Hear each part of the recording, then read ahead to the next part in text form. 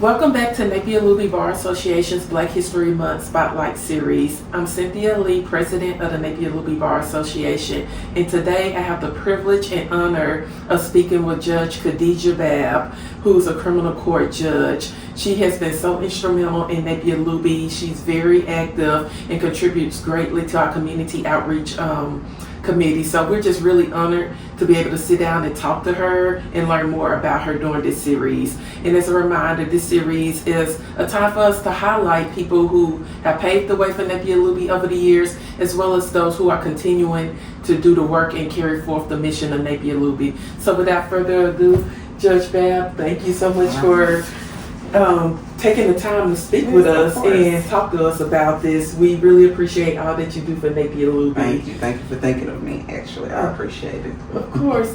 So to get us started, tell us a little bit about yourself, like who you are, what do you do, and how you're connected to Napier-Looby. Okay.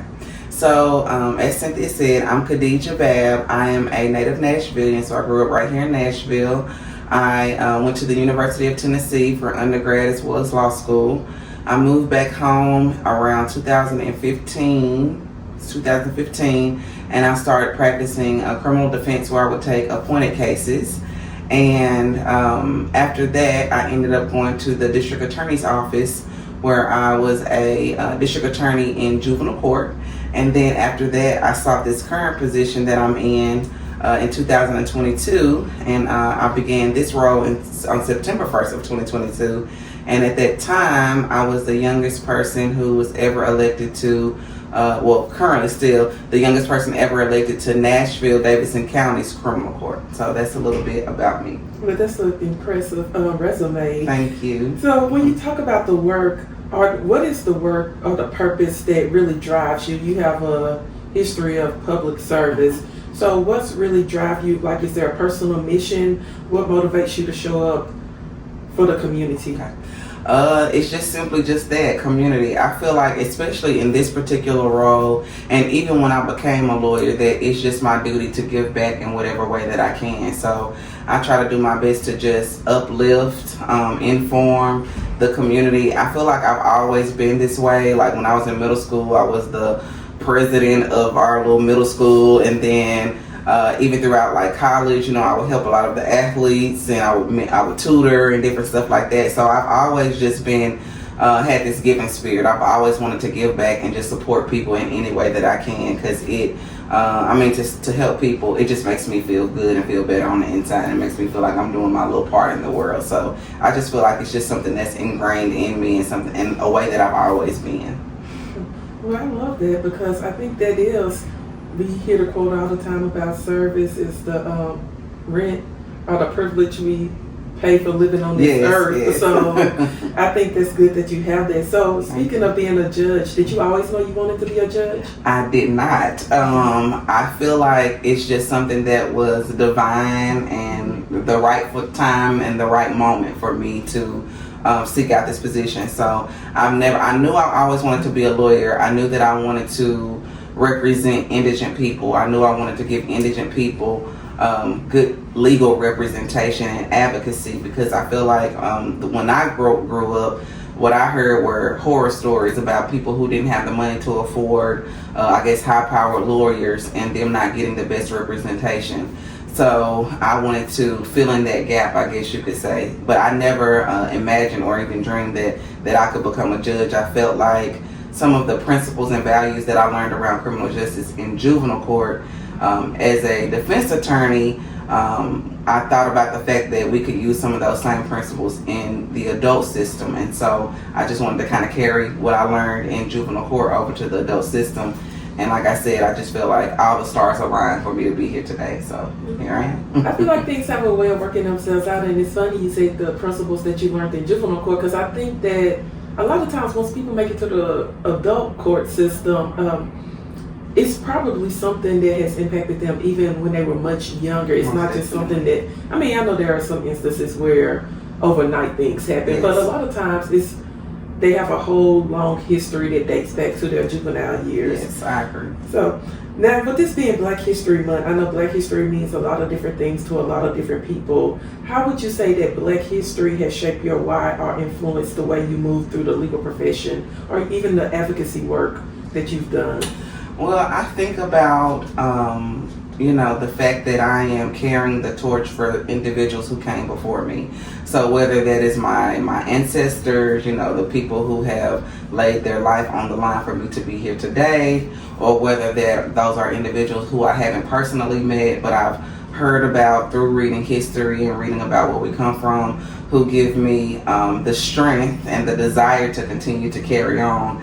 They say you stand on the shoulders of giants, and that's essentially how I feel about Black history, understanding and learning about Black history and learning about history, because you need to know where you came from in order to know where you're going, and I truly believe that. And I also want to continue to build on what has happened in history, understand that this is my moment in history, and I have to build something for the next generation and give back in that way. So that's kind of what I think about the importance of Black history, is just knowing where we come from, and so we'll know where we're going. No, that's exactly right. And when you mention history, you are living history. Being the youngest criminal court judge elected here.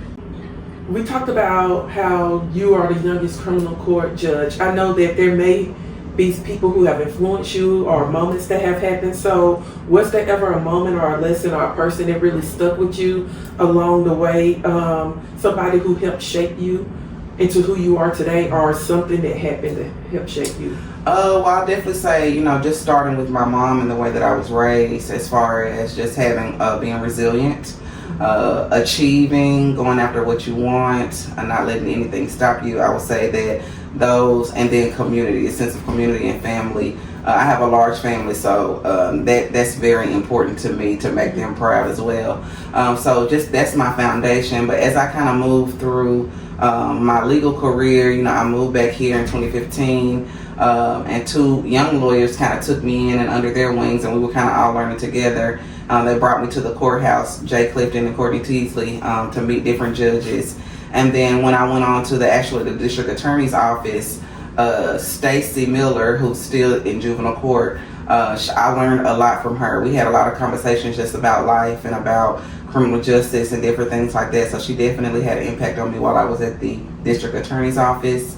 And then, of course, when I ran for judge, having conversations with Joy Kimbrough about her experience in running, and just understanding the local political dynamics in Nashville. So I feel like just through my journey, I have met different people who have impacted me in some kind of way. And I hope that I continue to make them proud today, and I continue to ponder on those lessons that I learned while I spent that particular time with them. And so I still have my little collective of people that I go back and talk to, just to make sure that I stay grounded, including some of the names that I mentioned, as well as my family. And I love that you mentioned community and how different phases of your life, different people have played a role. In thinking about community, one of the things that we try to do with Napier-Looby is to build some semblance of community. So thinking about your involvement with community outreach, what has kept you connected to Napier-Looby over the years?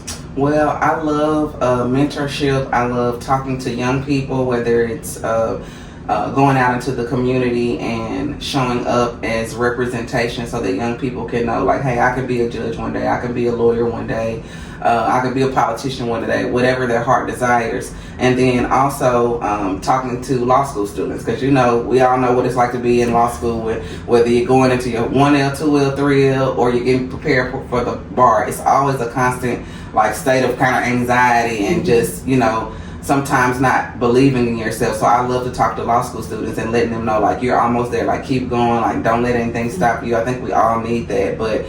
And Napier-Looby allows me to have connections with those different community members. So that's what I appreciate the most about Napier-Looby, is the opportunity for mentorship, and guiding people who want to be in this position someday. So we're in Black History Month. If you could sit down, whether it's somebody in the past or present, any Black person, who would it be and why? Okay.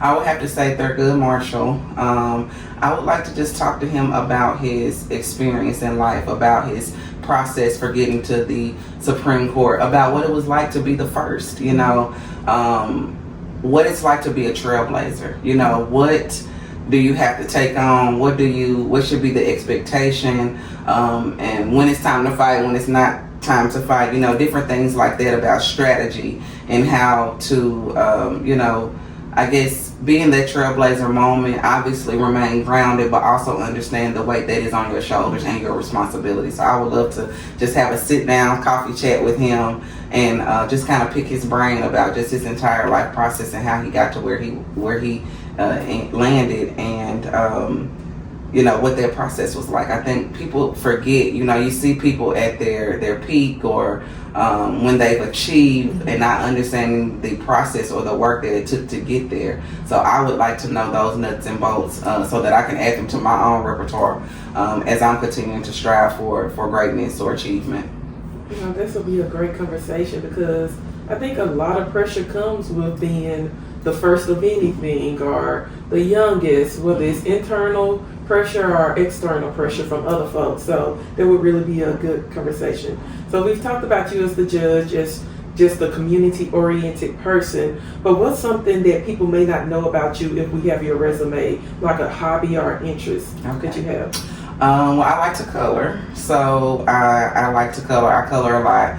A lot of that is, I mean, I've been like that since I was young, so I enjoy coloring. I color a lot of adult books now, you know, just like meditation books and things like that they have out there for adults. I also color with my son. He loves art, which some of this, you can see some of this is his artwork. And then I also love theater. So I went to Nashville School of the Arts where I majored in theater. And then when I went to UT in undergrad, I actually participated in a couple of plays in undergrad. And so that would be something that I would love to just get back into. But I have this whole creative side that I, you know, participating in my spare time, not theater as much, but I do enjoy coloring. I love that. And it just shows that we can be multifaceted, not just one area, but we have talents that people may not know. They know the judge, but not the creative side. So looking ahead, what does continuing the legacy of Black excellence in service look like for you? I think mentorship.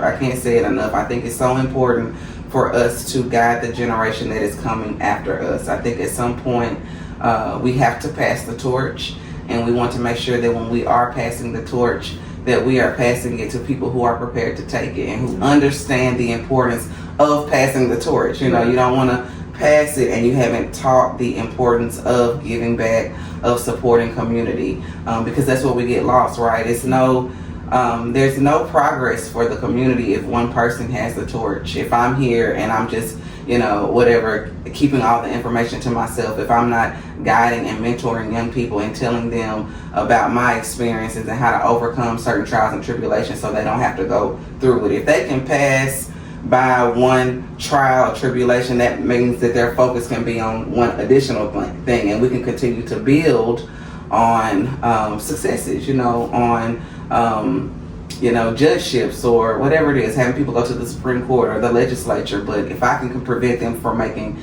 a small mistake, maybe that will aid in their success in the future. So, mentorship. I think that's very important. We're here just for a moment, or we're in these roles just for a moment. So we do have some sort of responsibility to make sure we're paving the way for other people to come behind us and not try to hold on to it too tightly. So we appreciate you taking time to speak with us. This has been great. Thank you for your service, and we look forward to continuing working with you. Yes. Well, thank you for having me. I appreciate you, Cynthia. Thank you.